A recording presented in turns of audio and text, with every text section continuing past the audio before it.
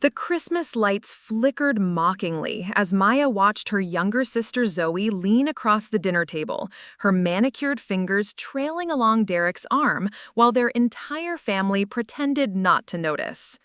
The cranberry sauce had gone cold, the turkey carved but barely touched, and Maya's stomach churned with a mixture of disgust and something that felt dangerously close to satisfaction. Because while everyone at this table thought they were witnessing Derek betray Maya for her prettier, more charming sister, none of them knew the truth that would make this performance absolutely delicious. Maya had been secretly dating Derek's older brother Alex for 3 months. Before we jump back in, tell us where you're tuning in from. And if this story touches you, make sure you're subscribed, because tomorrow I've saved something extra special for you. The whole mess had started 6 weeks earlier when Maya first brought Derek home for Thanksgiving. She should have known better, really. Nothing good ever came from introducing anyone to her family, especially not to Zoe, who had a talent for taking whatever Maya cared about and making it her own. It had happened with friends throughout high school, with college opportunities, even with their grandmother's antique jewelry that somehow always looked better on Zoe, according to their mother. But Derek had seemed different, stable, boring even, in the best possible way. He was a software engineer with a reliable income, a sensible car, and absolutely no interest in drama.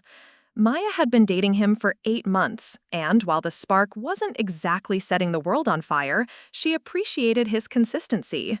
After a string of relationships that had ended in chaos, Derek's predictability felt like a safe harbor.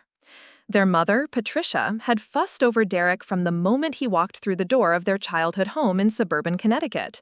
She'd worn her best dress, the navy one with tiny pearl buttons that she reserved for important occasions, and had spent 3 days preparing a feast that could have fed twice as many people. Their father, Robert, had emerged from his study to shake Derek's hand firmly and ask about his career prospects, nodding approvingly at Derek's responses about 401k contributions and 5-year plans. But it was Zoe who had truly rolled out the red carpet. Fresh home from her semester abroad in Italy, she'd swept into the living room like something out of a romantic movie, all tanned skin and flowing scarves, speaking in animated Italian to their parents and making everyone laugh with stories of her adventures. Maya had watched Derek's eyes widen as Zoe hugged him in greeting, holding on just a beat too long, her perfume enveloping them both. Throughout that Thanksgiving dinner, Maya had noticed the way Derek kept glancing at Zoe, how he laughed a little too loudly at her stories, how he seemed to hang on every word of her dramatic recounting of getting lost in Venice and being rescued by a handsome gondolier. Zoe had a way of making even mundane experiences sound like epic adventures, and Derek was clearly enchanted. Maya should have been upset. Any normal girlfriend would have been. But instead, she'd felt something unexpected: relief. Because 3 days before bringing Derek home for Thanksgiving, Maya had met Alex. It had happened at a coffee shop near her office in Manhattan. Maya worked as a marketing coordinator for a small nonprofit, and she'd been grabbing her usual afternoon latte when she'd collided with a tall man carrying an armload of architecture books. Papers had scattered everywhere, coffee had splashed, and Maya had been prepared to deliver a sharp comment about watching where he was going when she'd looked up into the kindest brown eyes she'd ever seen. Alex had insisted on buying her a new coffee and helping her gather the scattered documents from her own bag that had spilled in the collision. He was older than Derek by 5 years, with calloused hands that spoke of actual work rather than keyboard typing, and a quiet confidence that made her stomach flutter in ways Derek never had. They'd ended up talking for 2 hours, Maya completely forgetting about her afternoon meetings as Alex told her about the community center he was designing in Queens and asked thoughtful questions about her work with homeless youth programs. When Alex had asked for her number, Maya hesitated for exactly 3 seconds before giving it to him. She'd told herself it was just coffee, just networking, just a friendly connection with someone who shared her passion for community service. She hadn't mentioned Derek, and Alex hadn't asked if she was seeing anyone. Their first actual date happened the night after Thanksgiving, while Derek was driving back to his apartment in New Jersey and Zoe was out with high school friends. Maya had told her family she was meeting college friends for drinks, but instead, she'd met Alex at a small Italian restaurant in Little Italy that felt intimate and warm, nothing like the chain establishments Derek preferred. Over plates of handmade pasta and a bottle of wine that Alex had chosen with surprising expertise, Maya had found herself talking about things she'd never discussed with Derek. Her dreams of maybe starting her own nonprofit someday, her frustration with her parents' constant comparisons between her and Zoe, her fear that she was settling for a safe life instead of pursuing what actually made her happy. Alex had listened with an intensity that made her feel like she was the only person in the restaurant, in the city, in the world. When he'd walked her to the subway station afterward, she'd expected the awkward moment of deciding whether to kiss or not. Instead, Alex had simply taken her hand and said he'd like to see her again soon, if she was interested. She was interested, very interested. Their second date had been to a gallery opening in Chelsea, where Alex knew several of the artists. Maya had worn a vintage dress she'd found in a thrift shop in the village, something she never would have chosen for a date with Derek, who preferred her in the conservative blouses and slacks that made her look professional and unthreatening. With Alex, she'd felt bold, artistic, like a different version of herself. By their third date, Maya knew she was falling hard. Alex had cooked dinner for her at his apartment in Brooklyn, a converted loft space filled with architectural drawings and half-finished furniture projects. He'd made risotto from scratch while she'd sat at his kitchen island, drinking wine and watching his hands move with practiced precision. The conversation flowed like water, moving seamlessly from his latest project to her ideas for expanding youth programs to a heated debate about the best neighborhoods in the city. When he'd finally kissed her that night, leaning across the island with flowers still dusting his fingers, Maya had felt something click into place that she hadn't even realized was missing. This was what chemistry felt like. This was what it meant to want someone so badly that common sense flew out the window. But common sense had reasserted itself the next morning when Derek had called to make plans for the weekend. Maya had stared at her phone, Alex's scent still clinging to her hair, and realized she was in serious trouble. She'd been dating Derek for 8 months. They'd met each other's friends, talked about moving in together, even looked at engagement rings once when they'd been window shopping, and Derek had made comments about their future. How could she explain that she'd met someone else and felt more alive in 3 dates than she had in 8 months of steady, reliable relationship?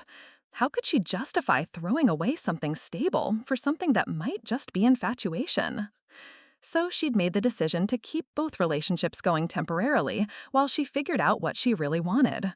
It wasn't her finest moment, morally speaking, but Maya had convinced herself it was the practical choice. She needed time to be sure about Alex before she made any dramatic changes to her life. The secret had been easier to maintain than she'd expected. Derek's job kept him busy during the week, and he usually spent his weekends playing golf or watching sports with his college friends. Alex, meanwhile, worked on projects that often kept him occupied during traditional date nights, so their time together had a stolen, precious quality that made every moment feel significant. For 3 months, Maya had been living a double life, and she'd been surprisingly good at it. She'd developed elaborate cover stories for her time with Alex, had learned to keep her phone face down during dinners with Derek, had even started wearing different perfumes, depending on which man she was seeing. But the arrangement had been weighing on her more heavily as Christmas approached. Alex had started talking about meeting her family, about spending New Year's Eve together, about plans for the spring. Derek, meanwhile, had been dropping increasingly obvious hints about proposing, even showing her jewelry store websites and asking her thoughts on diamond cuts. Maya had known she needed to make a choice soon. She just hadn't expected the choice to be made for her by her sister's wandering hands. The Christmas dinner had been Patricia's usual production. She'd spent days decorating the house with garlands and lights, had ordered a fresh tree that took up half the living room, and had prepared enough food for a small army. Maya had arrived with Derek in tow, watching him admire the decorations and compliment her mother's cooking with the same reliable enthusiasm he brought to everything else. Zoe had made her entrance fashionably late, as always, sweeping in with shopping bags full of expensive gifts and stories about her latest adventures. She'd been working as a freelance travel writer since graduation, funding her lifestyle with a combination of family money and the kind of confidence that convinced editors to pay her for articles about trendy destinations. Throughout the early part of the evening, Maya had watched Zoe work her usual magic, charming their parents with funny stories and asking Derek thoughtful questions about his work that made him puff up with importance. It was a familiar performance, one Maya had seen dozens of times before, and she'd felt the usual mixture of irritation and resignation. But then Zoe had started getting more physical. A hand on Derek's arm when she laughed at his jokes, standing close enough to him while he carved the turkey that her hair brushed his shoulder, leaning across him to reach for the wine bottle instead of asking him to pass it. Maya had watched it all with a detached fascination, like she was observing some kind of nature documentary about predator and prey dynamics. Derek was clearly flattered by the attention from Zoe, who was objectively beautiful in the effortless way that some people just were. Her skin always looked perfect, her hair fell in exactly the right waves, and she had the kind of natural charisma that made people want to be around her. But instead of feeling jealous or territorial, Maya had found herself thinking about Alex. Preparing and narrating this story took us a lot of time, so if you are enjoying it, subscribe to our channel. It means a lot to us. Now back to the story. And if Derek was going to be stupid enough to fall for it, well, Maya had a secret weapon that was going to make this whole situation absolutely perfect. She'd excused herself from the dining room and stepped into the hallway to send a quick text message. "Change of plans," she'd typed to Alex. "Any chance you could come to Connecticut tonight? I have a surprise for you." His response had come back almost immediately. "Everything okay? I can be there in 2 hours." "Everything's perfect," Maya had replied. "I'll explain when you get here. Trust me on this one." She'd given him her parents' address and told him to text when he arrived. Then she'd walked back into the dining room with a smile that probably looked a little too pleased with herself. The rest of the evening had unfolded exactly as Maya had expected. Zoe had continued her assault on Derek's defenses, finding excuses to touch his hand, laughing at his increasingly weak attempts at humor, and making comments about how handsome he looked in his Christmas sweater. Derek, meanwhile, had been practically vibrating with nervous energy, clearly torn between his attraction to Zoe and his awareness that Maya was sitting right there. Their parents had pretended not to notice the undercurrents, but Maya had caught her mother shooting worried glances in her direction and her father clearing his throat loudly whenever Zoe's behavior became too obvious. By the time they'd moved to the living room for gift exchanges, the tension had become thick enough to cut with a knife. Maya had opened her presents with mechanical politeness, barely registering the expensive jewelry from her parents or the thoughtful book from Derek. She'd been too focused on waiting for her phone to buzz with Alex's arrival text. When it finally came, just as Zoe was opening a ridiculously expensive handbag that Derek had apparently bought for her as a thank you for being so welcoming gift, Maya had felt a rush of anticipation that made her hands shake slightly. "I have one more surprise," she'd announced to the room, standing up and smoothing down her dress. "Actually, there's someone I'd like you all to meet." The confusion on everyone's faces had been priceless.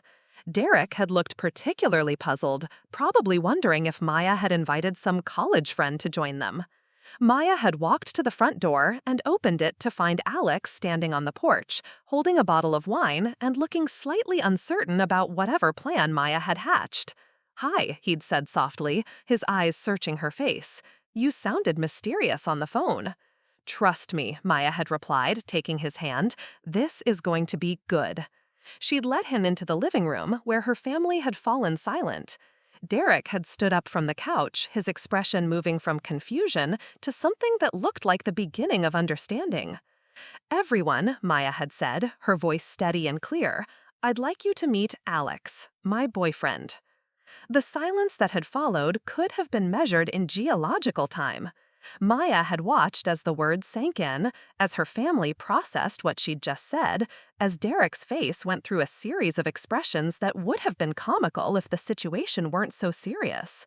But the best part, the moment that had made all of this worth it, was when Alex had stepped forward with his characteristic quiet confidence and extended his hand to Derek. "You must be Derek," Alex had said, his voice warm and friendly.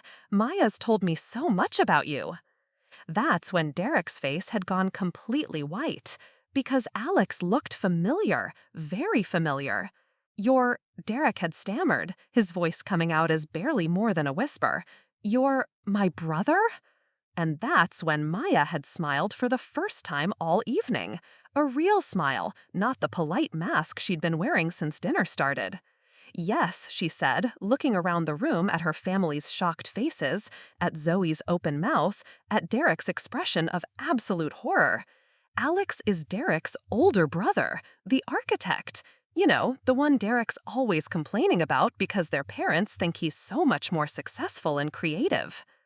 The room had erupted then, everyone talking at once, voices rising in confusion and accusation. Patricia had started asking rapid-fire questions about when this had happened and why Maya hadn't said anything. Robert had begun blustering about propriety and family loyalty. Zoe had gone from shocked to furious in the span of about 3 seconds. But Derek had just stood there staring at Maya like she'd grown a second head. How long? He'd managed to ask. 3 months, Maya had replied calmly. Since right after Thanksgiving, actually. Right after you spent that entire dinner staring at my sister like she was the most fascinating person you'd ever met. Maya, Alex had said quietly, his hand finding hers, maybe we should talk privately. No, Maya had said, squeezing his fingers. I think we should talk about this right here, in front of everyone, because I'm tired of pretending. She'd looked around the room, meeting each pair of eyes in turn. Derek, you've been more interested in my sister than in me for months. Don't deny it, we all saw what was happening during dinner. Zoe, you've been working on stealing my boyfriend since Thanksgiving because that's what you do. You take whatever I have and you make it yours. And Mom and Dad, you've been watching it happen and saying nothing because God forbid anyone suggest that precious Zoe might not be perfect. That's not fair, Patricia had started, but Maya held up her hand. I'm not finished, Maya had continued.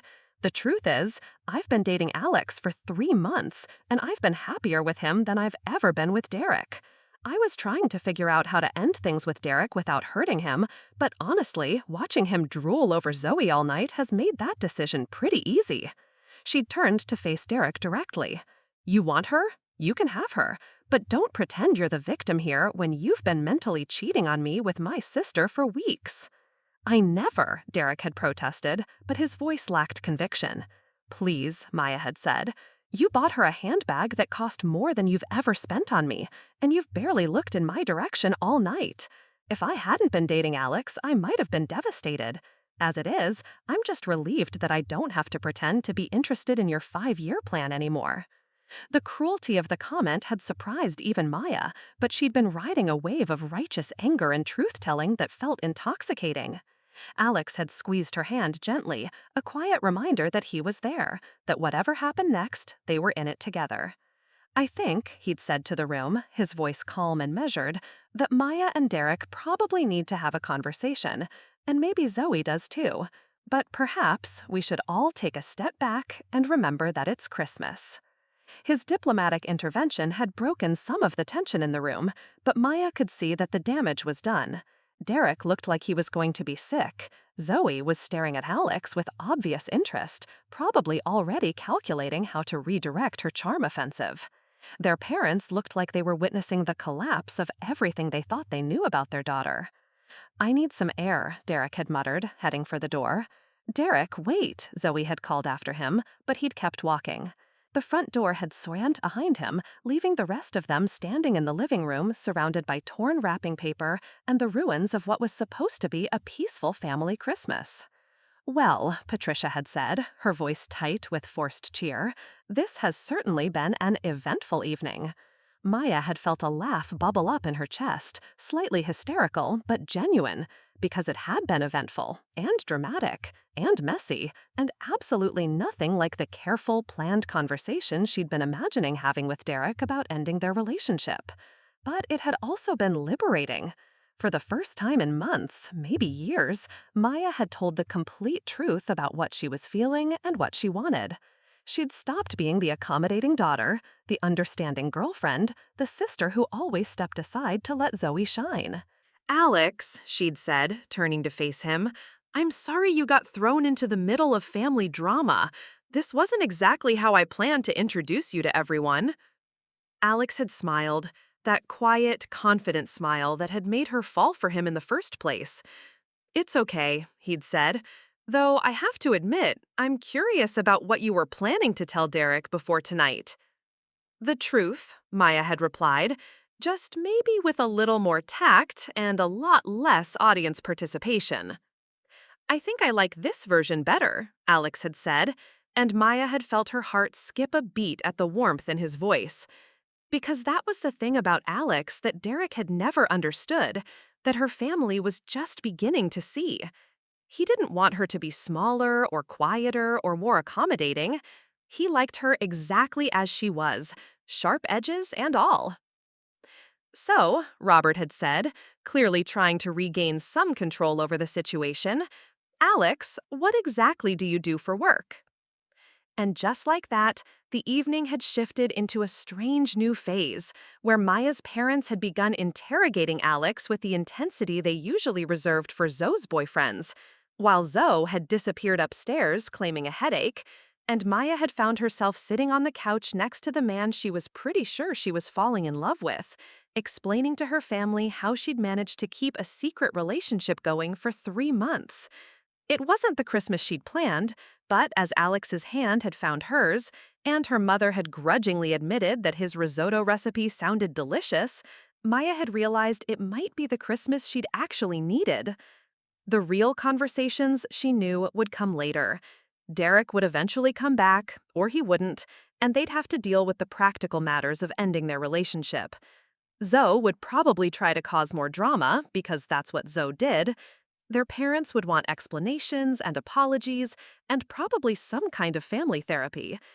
But for now, sitting in her childhood living room with Christmas lights twinkling and Alex's thumb tracing gentle circles on her palm, Maya felt something she hadn't experienced in years: the satisfaction of being exactly who she was, wanting exactly what she wanted, and not apologizing for any of it. The evening was far from over, and Maya suspected the real drama was just beginning. But she'd taken the leap, told the truth, and found herself exactly where she wanted to be. Everything else, she figured, would work itself out.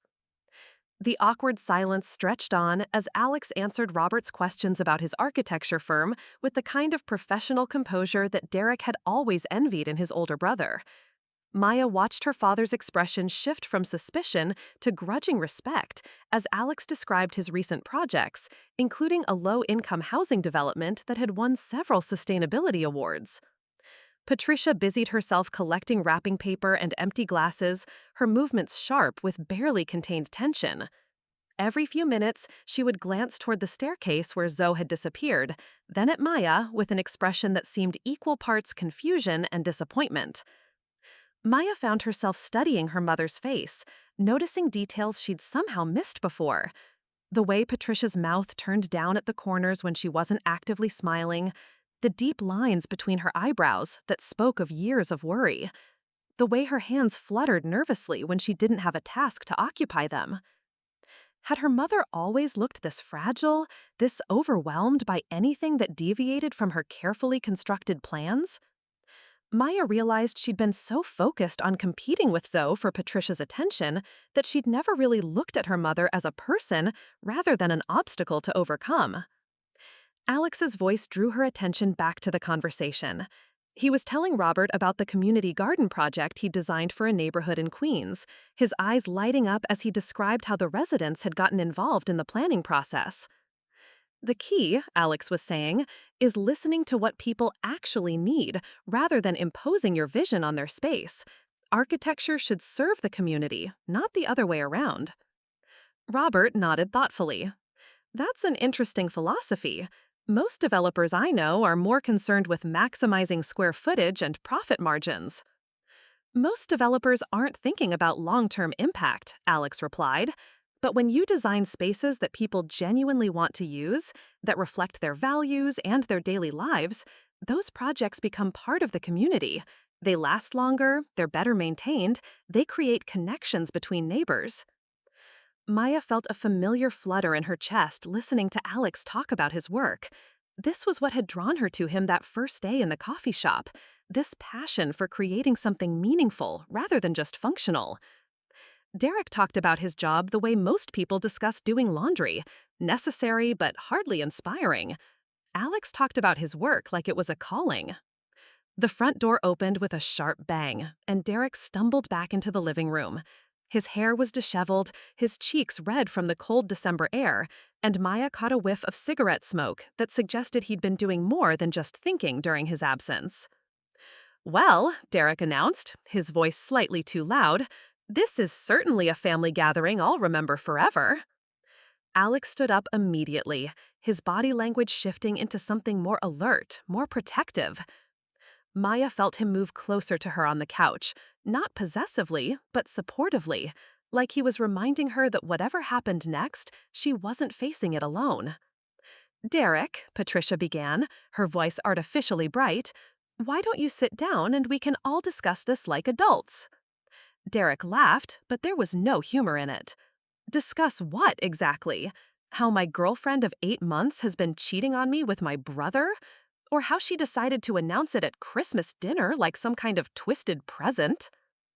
"I wasn't cheating," Maya said quietly, though she knew even as she said it that the distinction was largely semantic. "I was trying to handle a complicated situation." "By dating both of us at the same time?" Derek's voice cracked slightly. "How is that not cheating?" Maya felt heat rise in her cheeks, but also a spark of anger that burned away her guilt. "You want to talk about cheating? What do you call spending the entire evening making eyes at my sister? What do you call buying her expensive gifts and whispering in her ear while your actual girlfriend was in the next room?" "That's different," Derek protested, but his voice lacked conviction.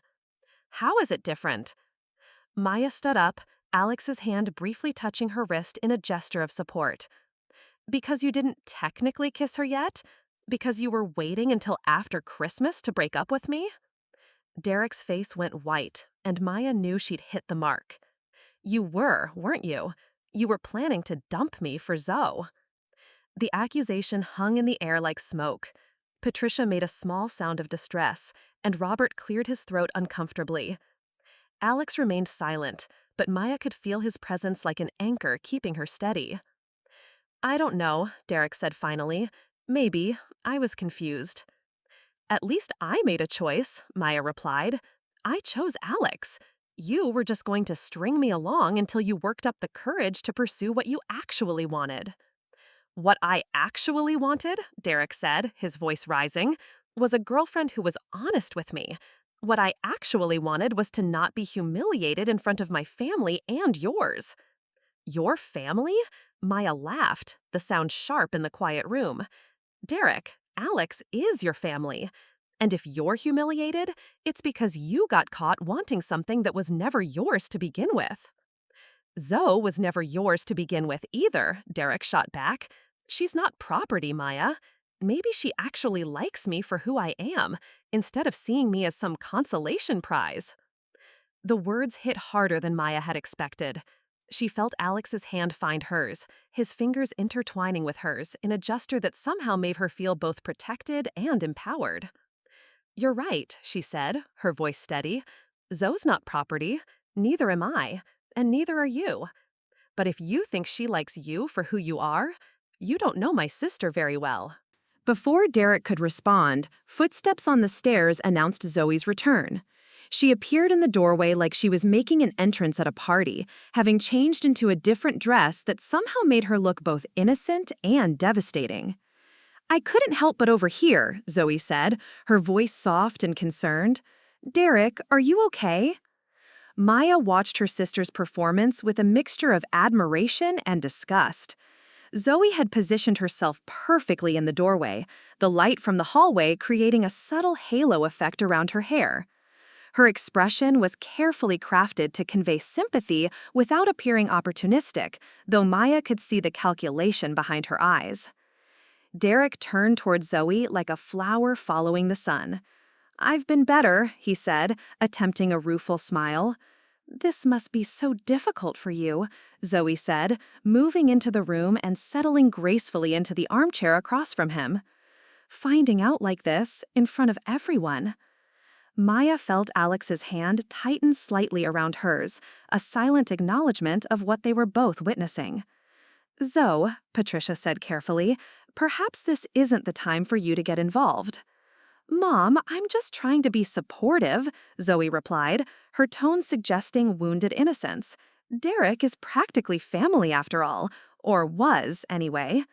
The dig was subtle but unmistakable.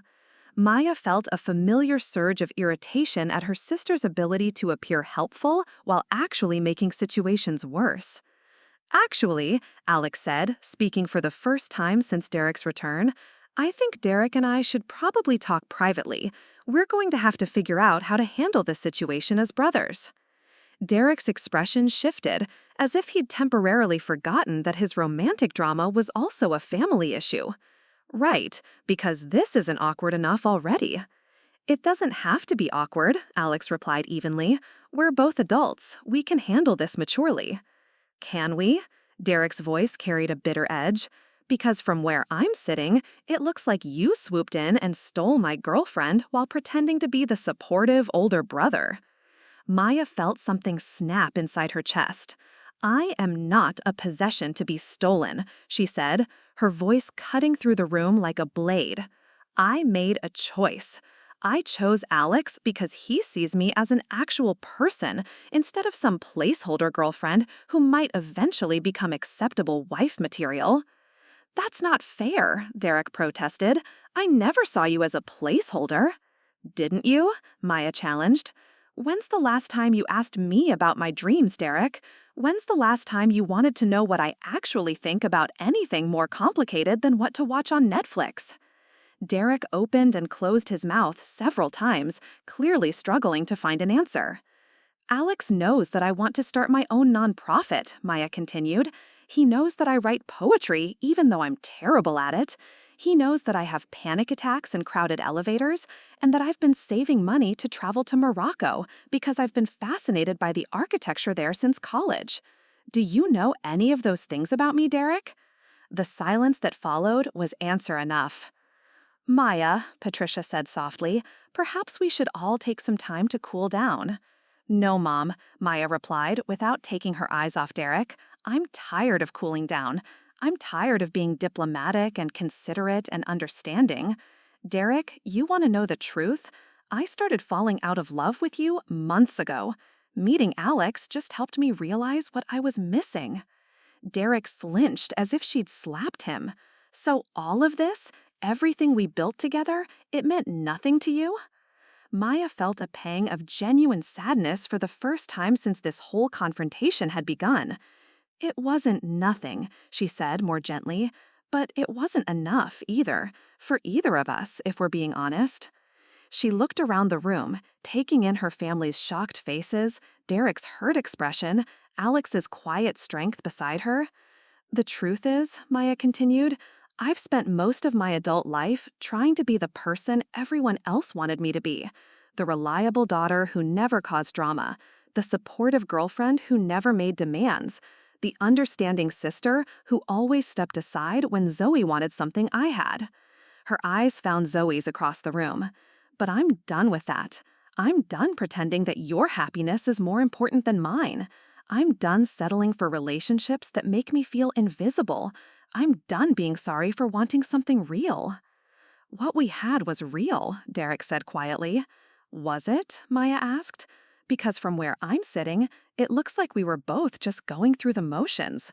You were comfortable, and I was safe, and neither of us was particularly happy."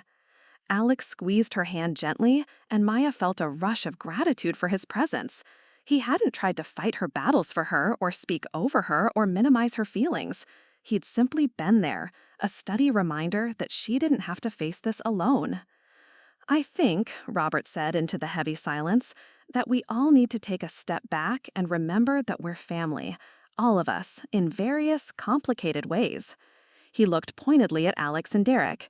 "You two have been brothers for 33 and 28 years, respectively.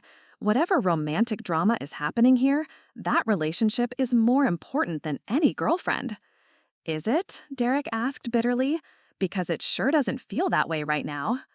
Alex shifted slightly on the couch, his posture becoming more serious. Derek, I know this situation looks bad from your perspective, and I'm sorry that you had to find out this way, but I'm not sorry that I fell in love with Maya. The word hung in the air between them, and Maya felt her heart skip several beats. They hadn't said that to each other yet, though she'd been feeling it for weeks. Love, Derek repeated flatly. You've known her for 3 months. I've known her for 3 months, Alex agreed, but I've been in love with her for at least 2 of them, and I think she knows me better after 3 months than most people do after 3 years. Maya turned to look at Alex, seeing her own feelings reflected in his eyes. I love you too, she said simply, and felt something settle into place in her chest. Oh, for God's sake, Zoe muttered from her armchair. Could this get any more dramatic? Actually, yes, Maya said, turning to face her sister directly. It could, because we haven't talked about your role in all of this yet. Zoe's expression shifted from bored annoyance to wary attention. My role? I didn't do anything wrong. Didn't you? Maya asked. You've been working on Derek since Thanksgiving. Don't pretend this was some innocent flirtation that got out of hand. I was being friendly, Zoe protested. It's not my fault if he misinterpreted my behavior. Maya felt a laugh bubble up from her chest, sharp and disbelieving. Misinterpreted? Zoe, you had your hand on his thigh during dinner. You were whispering in his ear. You've been texting him for weeks, haven't you? Derek's face went red, which was confirmation enough. You've been texting my boyfriend behind my back, Maya continued, planning God knows what kind of romantic scenario, and now you want to pretend you were just being friendly? Maybe if you'd been paying attention to your boyfriend instead of sneaking around with someone else, he wouldn't have been interested in my friendship, Zoe shot back. The accusation stung because it contained just enough truth to be effective. Maya had been distracted, had been emotionally unavailable to Derek while she was figuring out her feelings for Alex. You're right, Maya said, surprising everyone in the room. I wasn't paying attention to Derek. But you know what, Zoe? I wasn't paying attention because I realized I didn't want to. I realized that Derek and I were wrong for each other, and I was trying to figure out how to end things without hurting anyone. She stood up, Alex's hand slipping from hers as she moved to face her sister directly. But you saw an opportunity to take something that belonged to me, and you went for it without thinking about anyone else's feelings, just like you always do. That's not true, Zoe said, but her voice lacked conviction. Isn't it? Maya challenged. Remember Jason Miller from high school? I had a crush on him for 2 years, and the week before prom, you suddenly decided he was interesting. Remember my college roommate Sarah? We were best friends until you convinced her that I was talking behind her back.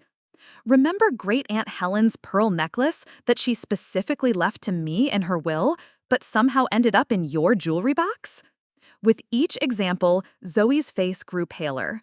Patricia made soft sounds of protest, but Maya wasn't finished.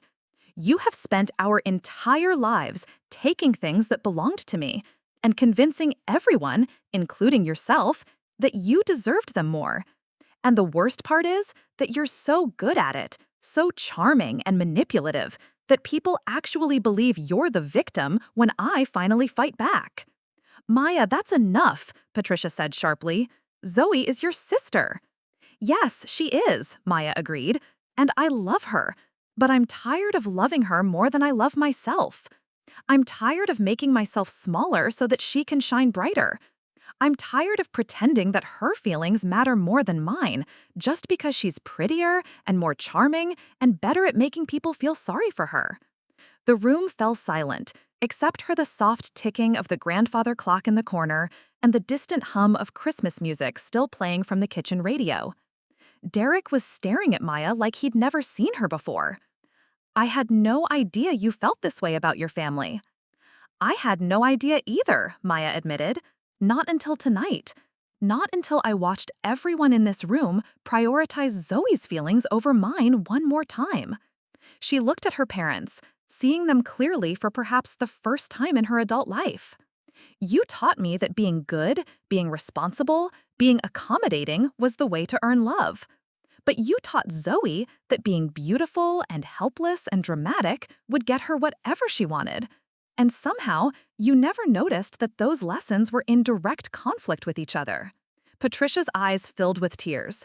We never meant to play favorites. Maybe not consciously, Maya replied, but actions speak louder than intentions. How many times did you cancel plans with me because Zoe was having a crisis? How many of my achievements got overshadowed by Zoe's problems?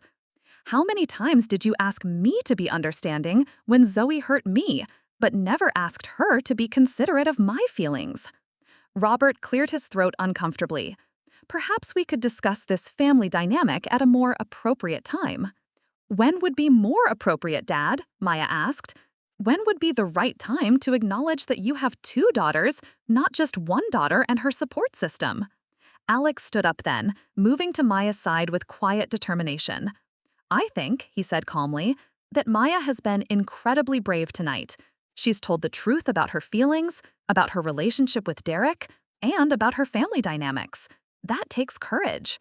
He looked around the room, meeting each person's eyes in turn.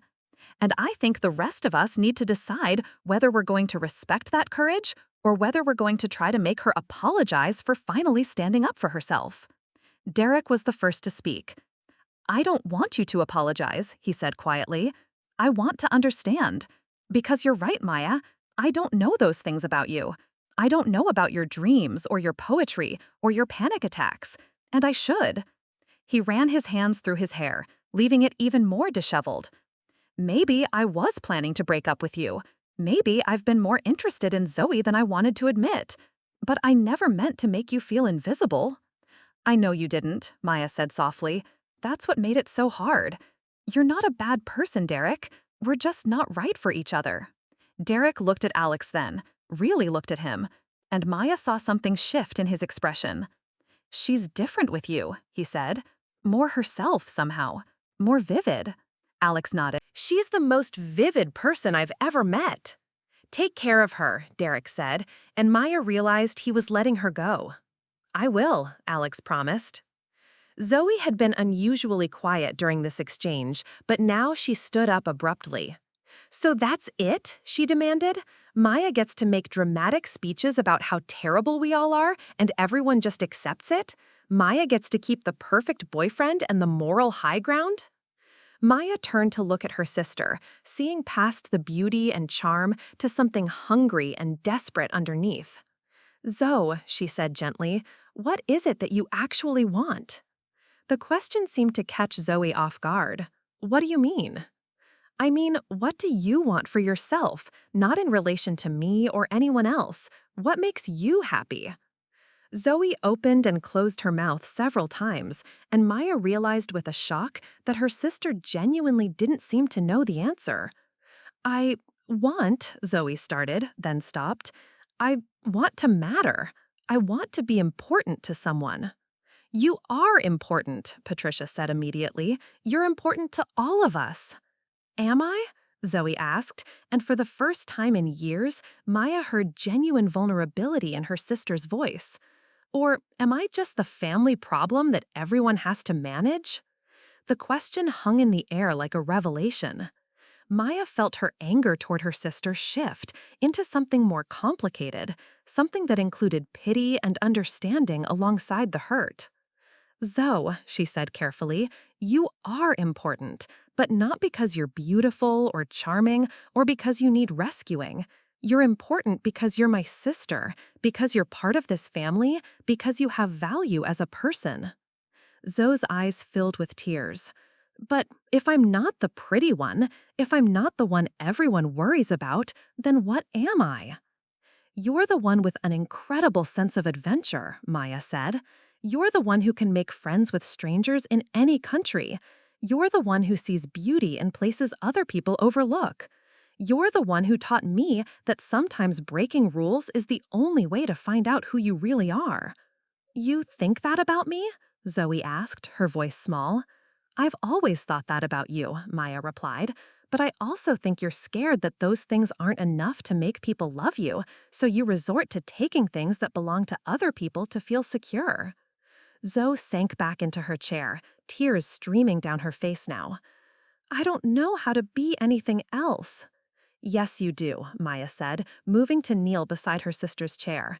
You just have to decide that you're worth loving for who you actually are instead of who you think people want you to be. Patricia was crying now too, and Robert looked like he was struggling to maintain his composure. Derek had sat down heavily on the couch, his head in his hands. Alex remained standing beside Maya, his presence steady and reassuring as she navigated this emotional minefield. I think, Maya said, looking around at her family, we all need to learn how to love each other better, how to see each other more clearly, how to stop playing these roles we've been stuck in since childhood. She stood up, taking Alex's hand again. But that's going to take time, and it's going to take all of us being willing to change. And tonight has been enough drama for one Christmas.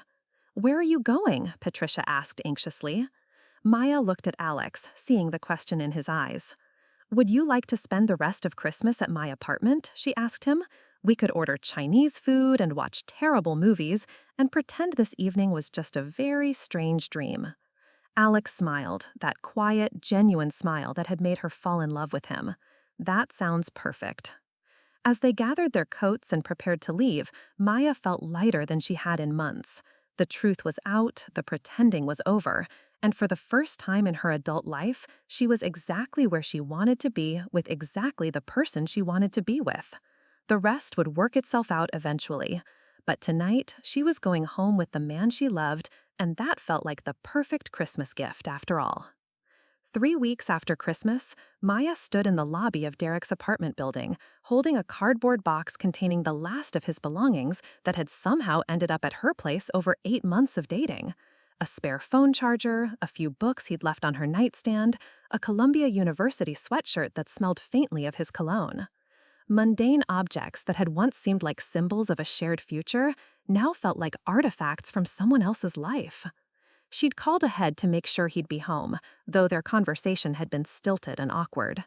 Derek had sounded tired, older somehow, as if the events of Christmas night had aged him in ways that went beyond the simple passage of time. The elevator ride to the 14th floor felt interminable. Maya found herself studying her reflection in the polished steel doors, noting changes that had nothing to do with her appearance. Something fundamental had shifted, in her posture, in the set of her shoulders, in the direct way she now met her own gaze. She looked like someone who knew what she wanted and wasn't apologizing for it. Derek answered his door on the second knock, wearing wrinkled khakis and a t-shirt that suggested he'd been working from home. His hair was longer than he usually kept it, and there were dark circles under his eyes that spoke of restless nights.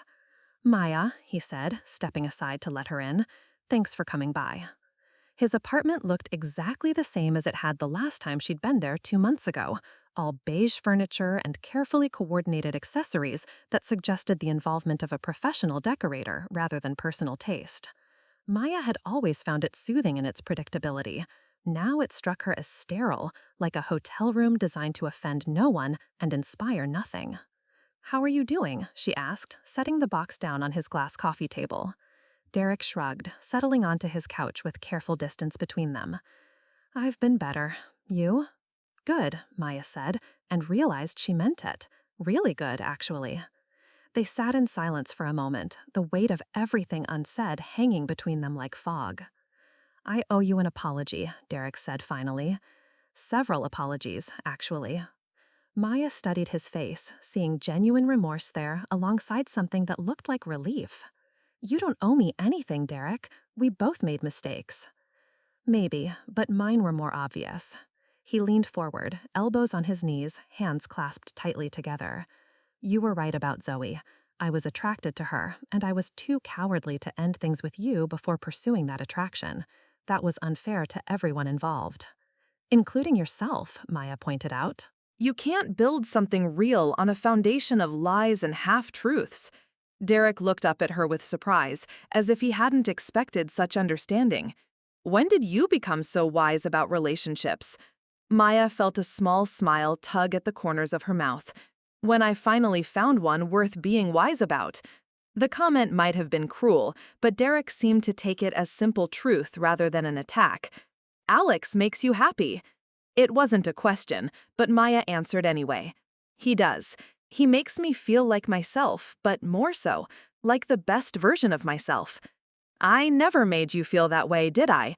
Maya considered lying, offering some diplomatic response that would spare his feelings, but Derek deserved honesty, even if it was painful. No, she said gently, but I don't think I let you either. I think I was so busy trying to be what I thought you wanted that I never gave you the chance to fall in love with who I actually am. Derek was quiet for a long moment, processing this. Do you think we ever really knew each other? I think we knew the versions of ourselves that we thought we were supposed to be in a relationship, Maya replied. The responsible girlfriend and the stable boyfriend. But I'm not sure we ever knew each other as people. That's pretty damning, Derek said, but there was no anger in his voice, just sad recognition. It doesn't have to be, Maya said. It just means we weren't right for each other. That doesn't make either of us failures. Derek stood up abruptly, moving to his kitchen and returning with 2 glasses of water. The gesture struck Maya as quintessentially him, this need to be hospitable even in the middle of an emotionally difficult conversation. Can I ask you something? He said, handing her a glass. Maya nodded. When did you know? When did you realize that what we had wasn't enough? Maya took a sip of water, buying herself time to think. I think part of me knew for months, but I didn't want to admit it. We were comfortable, we made sense on paper, and I thought that was enough. But when I met Alex, I realized what I'd been missing. What was that? Passion, Maya said immediately. Not just physical, though that too, but intellectual passion, emotional passion. The feeling that this person sees me completely and loves what they see. The feeling that I could spend the rest of my life learning new things about them and never get bored. Derek flinched slightly, but nodded. I felt some of that with Zoe. That sense of discovery, of possibility. It made me realize what was missing with us, too. Have you talked to her since Christmas? Maya asked. Derek's expression darkened. A few times, but it became pretty clear pretty quickly that her interest in me was more about the drama of the situation than about me as a person. Once the excitement of stealing you away wore off, I think she realized I'm not actually that interesting. Maya felt a pang of sympathy for her sister, recognizing the pattern of behavior that had been playing out for years. Zoe doesn't know how to want something for itself instead of wanting it because someone else has it. That's a lonely way to live, Derek observed. It is, but it's not my job to fix her anymore. Derek studied Maya's face with curiosity. You really have changed. 3 months ago, you would have felt guilty about not trying to help your sister. 3 months ago, I didn't understand that helping someone sometimes means stepping back and letting them face the consequences of their choices. They sat in comfortable silence for a while, 2 people who had shared intimacy and daily routines, learning how to be strangers to each other again. I should probably tell you, Derek said eventually, that I ran into Alex last week, at that coffee place near your office. Maya's heart skipped a beat. How did that go? Better than I expected, actually. He bought me coffee, and we talked for about an hour. About what? Derek smiled ruefully. About you, mostly. About how he never meant for things to happen the way they did. About how he was planning to talk to me before you introduced him to your family, but you beat him to it. Maya felt warmth spread through her chest.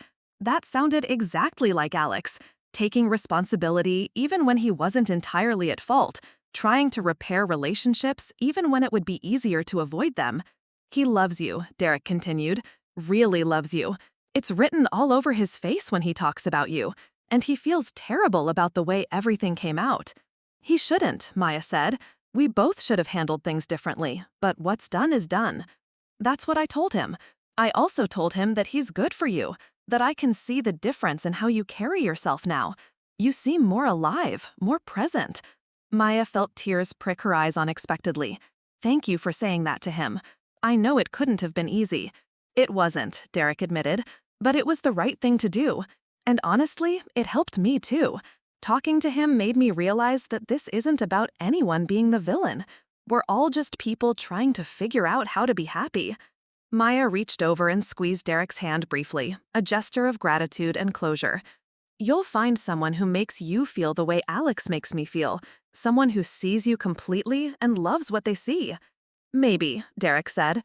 But first, I think I need to figure out who I actually am when I'm not trying to be what someone else wants. That's the hardest work there is, Maya agreed, but also the most important. Derek walked her to the door, and they hugged briefly, awkwardly, like distant relatives at a family reunion. It wasn't the ending Maya had imagined for their relationship, but it felt honest and clean in a way that surprised her. Be happy, Maya, Derek said as she stepped into the hallway. You too, she replied, and meant it. The January air was sharp and clear as Maya walked from Derek's building to the subway station. She pulled out her phone and texted Alex. Just finished with Derek. Everything went well. See you at 7? His response came back immediately. Can't wait. I'm making that risotto you love. Maya smiled, feeling the last weight of guilt and obligation lift from her shoulders. She was free now, completely free, to love Alex without reservation or complication. The train ride back to Manhattan gave her time to think about how much her life had changed in just 3 weeks. She'd moved some of her things to Alex's loft in Brooklyn, though she was keeping her apartment in the village for now. They were taking things slowly, learning each other's rhythms and habits, building something real from a foundation of honesty rather than convenience. Her relationship with her family was more complicated. She'd had several long phone conversations with her mother, difficult discussions about favoritism and expectations that had left them both emotionally drained, but somehow closer than they'd been in years. Patricia was seeing a therapist, working through her own patterns of behavior and the ways she'd unconsciously pitted her daughters against each other. Zoe had been radio silent for 2 weeks after Christmas, but had finally called Maya the previous Sunday. They'd talked for 3 hours, a conversation that had cycled through anger and hurt and recrimination before finally landing on something that felt like understanding. I don't know how to be a person without being in competition with you, Zoe had admitted, her voice small and lost over the phone. Then maybe it's time to learn, Maya had replied gently. Zoe was seeing a therapist too, and had started volunteering at a literacy program for immigrant children, using her language skills in a way that felt meaningful rather than performative. It was a small step, but it was movement in the right direction. Robert had surprised Maya by being the most straightforward in his response to the Christmas revelations. He'd called her the day after New Year's and simply said, "I'm proud of you for standing up for yourself, and I'm sorry it took so long for any of us to really see you." The simplicity of the apology had meant more to Maya than elaborate explanations or justifications would have. Maya's phone buzzed with another text from Alex. "Also, I have a surprise for you tonight." She typed back, "Good surprise or we need to talk surprise?" "Definitely good, trust me." Maya tucked her phone away, smiling to herself as the train pulled into her station. Trust wasn't something that had come easily to her in relationships before Alex, but with him, it felt as natural as breathing. The walk from the subway to Alex's neighborhood in Brooklyn took her through streets that were becoming familiar, past the corner bodega where Alex bought his morning coffee, and the small park where they'd had their first official date after the Christmas disaster. Maya was learning to love this part of the city, its quieter rhythms and genuine community feel so different from the intense energy of Manhattan where she worked. Alex's building was a converted warehouse, all exposed brick and industrial fixtures that had been transformed into something warm and livable. His loft was on the 4th floor, accessible by a freight elevator that had terrified Maya the first time she'd ridden in it, but now felt charmingly vintage. She could smell the risotto from the hallway, could hear music playing softly through his door. Maya used the key Alex had given her the week before, another small step in their gradual integration of lives and routines. "I'm here," she called, hanging her coat on the hook Alex had installed specifically for her things. "Perfect timing," Alex's voice came from the kitchen area. "Come see what I've been working on." Maya walked into the main living space, expecting to find Alex stirring something at the stove. Instead, she found him standing beside his drafting table, which was covered with architectural drawings and photographs. "What's all this?" she asked, moving to stand beside him. "Your surprise," Alex said, slipping his arms around her waist from behind. "Look at these photos." Maya studied the images spread across the table. They showed a run-down building in Queens, all crumbling brick and boarded windows, but with beautiful bones and interesting architectural details. "It's hideous," she said honestly. Alex laughed, his breath warm against her ear. "Look closer. Imagine what it could be." Maya studied the photos more carefully, noting the high ceilings visible through broken windows, the ornate stonework that could be restored, the way natural light fell across the interior spaces in the few shots taken inside. "It has potential," she admitted. "It has more than potential," Alex said, reaching for a set of detailed drawings. "It could be perfect for what you've been talking about." Maya looked at the architectural plans, her breath catching as she realized what she was seeing. Alex had designed a complete renovation of the building, transforming it into office space, meeting rooms, and what looked like residential facilities on the upper floors. "Alex," she whispered, "is this what I think it is?" "It's a nonprofit center," Alex explained, his voice full of quiet excitement. "Office space for your organization when you're ready to start it, meeting rooms for community programs, and transitional housing for homeless youth on the upper floors. Everything integrated into one building, one community." Maya felt tears spring to her eyes as she studied the drawings. Alex had taken every conversation they'd had about her dreams and translated them into concrete plans, into something that could actually exist in the real world. "The building is for sale," Alex continued. "The price is reasonable because of the condition it's in, but the bones are solid. With the right renovation, it could be exactly what you've been envisioning." Maya turned in his arms to face him, overwhelmed by the magnitude of what he was showing her. "Alex, this is incredible, but I don't have this kind of money. I don't even have a business plan yet." "You don't need to have everything figured out right now," Alex said, cupping her face in his hands. "This is just to show you that it's possible, that your dreams aren't too big or too complicated. They're real and they're achievable." "How long have you been working on this?" Maya asked, looking back at the detailed drawings that represented hours of careful planning. "Since our second date," Alex admitted. "When you told me about wanting to create a place where homeless youth could get both immediate help and long-term support, I couldn't stop thinking about how that would work architecturally, how you'd need different types of spaces for different needs, how the building itself could be part of the healing process." Maya stared at him, struck by the realization that while she'd been agonizing over her relationship with Derek, Alex had been quietly designing her future. "I love you," she said, the words carrying more weight than they ever had before. "I love you so much. It scares me sometimes." "Good scary or bad scary?" Alex asked, echoing her earlier text about surprises. "Good scary," Maya said, kissing him softly. "The kind of scary that means something matters enough to risk everything for it." They stood there in his kitchen, surrounded by dreams made tangible, and Maya felt a sense of rightness that went deeper than happiness. This was what it meant to be truly seen, to have someone love not just who you were, but who you were becoming. The risotto timer chose that moment to go off, breaking the spell. Alex reluctantly released her to attend to dinner, but Maya stayed at the drafting table, studying his plans with growing excitement. "There's something else," Alex said from the stove, his tone carefully casual in a way that Maya looked up sharply. "What kind of something else?" Alex turned to face her, his expression serious but warm. The building has a small apartment on the top floor. Nothing fancy, but it could be renovated into something really special. A place where the director of this hypothetical nonprofit could live if she wanted to be close to her work. Maya's heart started beating faster. The hypothetical director? Well, I was thinking maybe she could share the space with an architect who's very interested in designing socially conscious buildings, if she was open to that kind of arrangement. Maya felt a smile spread across her face, wide and unstoppable.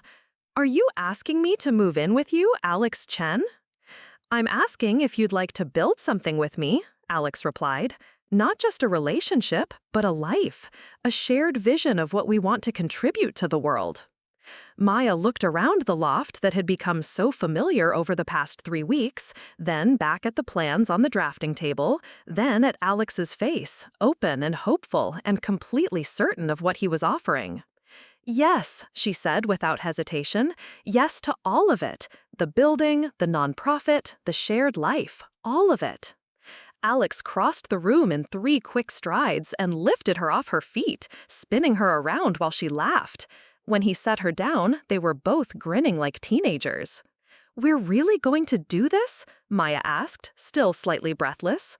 "We're really going to do this," Alex confirmed. "Together." They spent dinner poring over the architectural plans, talking through logistics and timelines and the 100 practical details that would need to be addressed.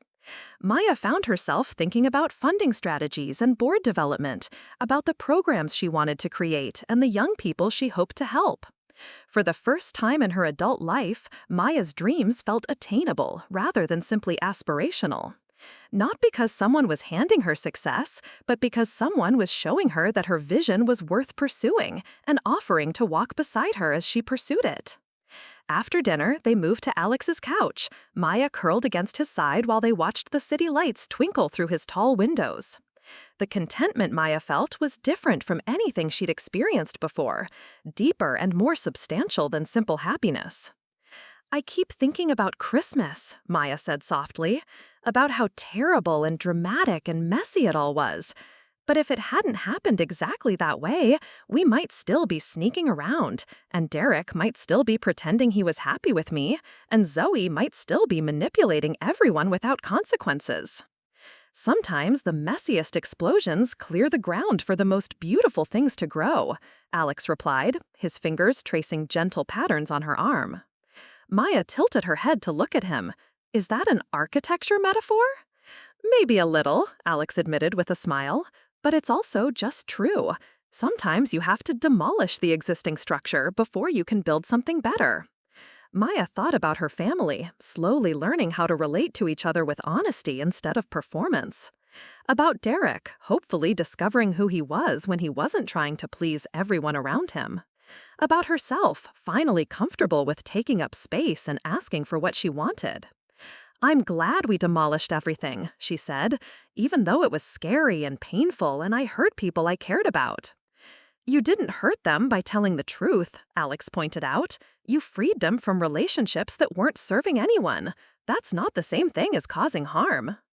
Maya's phone buzzed with a text message. She glanced at it, expecting to see something from work or one of her friends, but instead found a message from Zoe.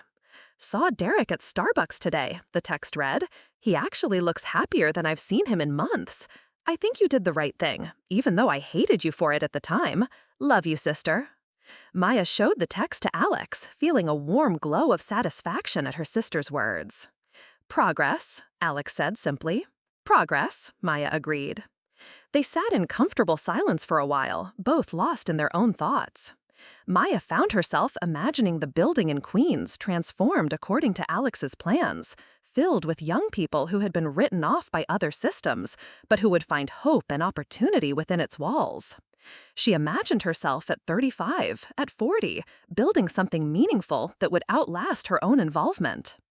"Alex," Maya said into the quiet. "Thank you for seeing me completely and loving what you saw, for believing in my dreams even before I fully believed in them myself, for showing me what it means to be in a partnership instead of just a relationship." Alex shifted so he could look directly into her eyes. "Thank you for being brave enough to blow up your entire life for the possibility of something real, for showing me what it looks like when someone chooses love over safety." Maya kissed him then, soft and slow and full of promises about the future they were going to build together. When they broke apart, she rested her forehead against his and whispered, "I choose you. Every day, I choose you." "Good," Alex whispered back, "because I'm not going anywhere." Outside, snow had begun to fall, coating the Brooklyn streets in pristine white that would probably turn to slush by morning, but for now looked magical in the streetlight. Maya watched the flakes drift past the windows and felt perfectly, completely at peace. 6 months later, Maya stood in the lobby of what would soon be the Riverside Youth Center, watching construction workers carry debris out through the front entrance. The building was a chaos of dust and noise and possibility, its beautiful bones finally beginning to emerge from decades of neglect. Alex appeared at her elbow, his hair white with plaster dust, carrying 2 cups of coffee from the truck parked outside. "How are we doing on timeline?" Maya asked, accepting the coffee gratefully. "Right on schedule," Alex replied. "The residential floors should be ready for inspection next month, and we can start moving furniture into the office spaces by September." Maya nodded, checking items off her mental list. The nonprofit had been officially incorporated, with Maya as executive director, and a board of directors that included 3 of her former colleagues, a retired social worker, and 2 young adults who had successfully transitioned out of homelessness. Funding had been cobbled together from a combination of grants, private donations, and a low-interest loan that Alex had helped her secure. It wasn't enough money to run the organization indefinitely, but it was enough to get started, to prove the concept, and begin building a track record that would attract larger donors. "Maya?" a voice called from the entrance, and Maya turned to see her mother, picking her way carefully through the construction debris. "Mom?" Maya was surprised. Patricia had been supportive of the nonprofit venture in their phone conversations, but this was the first time she'd actually visited the building site. Patricia reached them, slightly out of breath, looking around at the renovation work with obvious curiosity. "I hope you don't mind me stopping by. I was in the neighborhood visiting a friend, and I wanted to see what you've been working on." "Of course I don't mind," said, though she felt a familiar flutter of anxiety at the unexpected visit. "Let me show you around. Just watch out for the construction hazards." Maya led her mother through the first-floor spaces, explaining how each room would function, pointing out the features Alex had designed to make the building welcoming rather than institutional. Patricia listened carefully, asking thoughtful questions about capacity and programming and funding. "This is remarkable," Patricia said when they'd completed the tour. "Maya, I had no idea the scope of what you were planning. This is going to help so many young people." "That's the goal," Maya replied, feeling a glow of pride at her mother's obvious admiration. "And Alex," Patricia continued, turning to include him in the conversation, "the design work is beautiful. You've managed to make it feel like a home rather than a facility." "That was always the intention," Alex said. "Young people who've been failed by systems need to experience stability and beauty, not more institutional coldness." Patricia nodded thoughtfully. "You know, your father and I have been talking about making a significant donation to the center.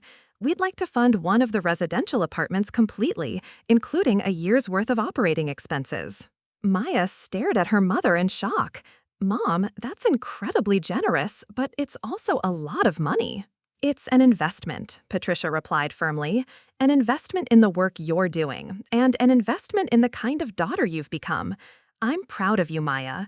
Proud of your courage in leaving a safe relationship to pursue something real. Proud of your vision for helping others. Proud of the way you've refused to settle for less than you deserve." Maya felt tears spring to her eyes unexpectedly. "Thank you," she managed. "That means more to me than the money, as grateful as I am for the financial support." "There's something else," Patricia continued. "Zoe is back from her latest assignment, and she's been asking about volunteering here. She seems genuinely interested in contributing to something meaningful, rather than just documenting other people's adventures." Maya exchanged a glance with Alex, who nodded encouragingly. "I'd be open to that," Maya said carefully, "but she'd have to go through the same application process as anyone else. No special treatment because she's family." "I wouldn't expect anything else," Patricia said, "and I think that's exactly what she needs, the chance to prove herself through her actions rather than her charm." They stood together in what would soon be the center's main meeting room, 3 people who had learned to see each other more clearly over the course of a difficult year. "How are things with you and Zoe now?" Patricia asked. Maya considered the question. "Better. Different. We talk regularly, but we're not pretending that everything is fine just because we're sisters.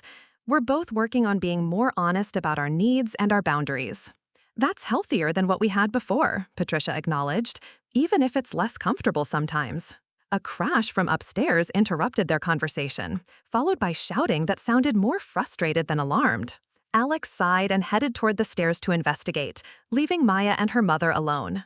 "Can I ask you something?" Patricia said once Alex was out of earshot. Maya nodded. Are you happy? Really, deeply happy?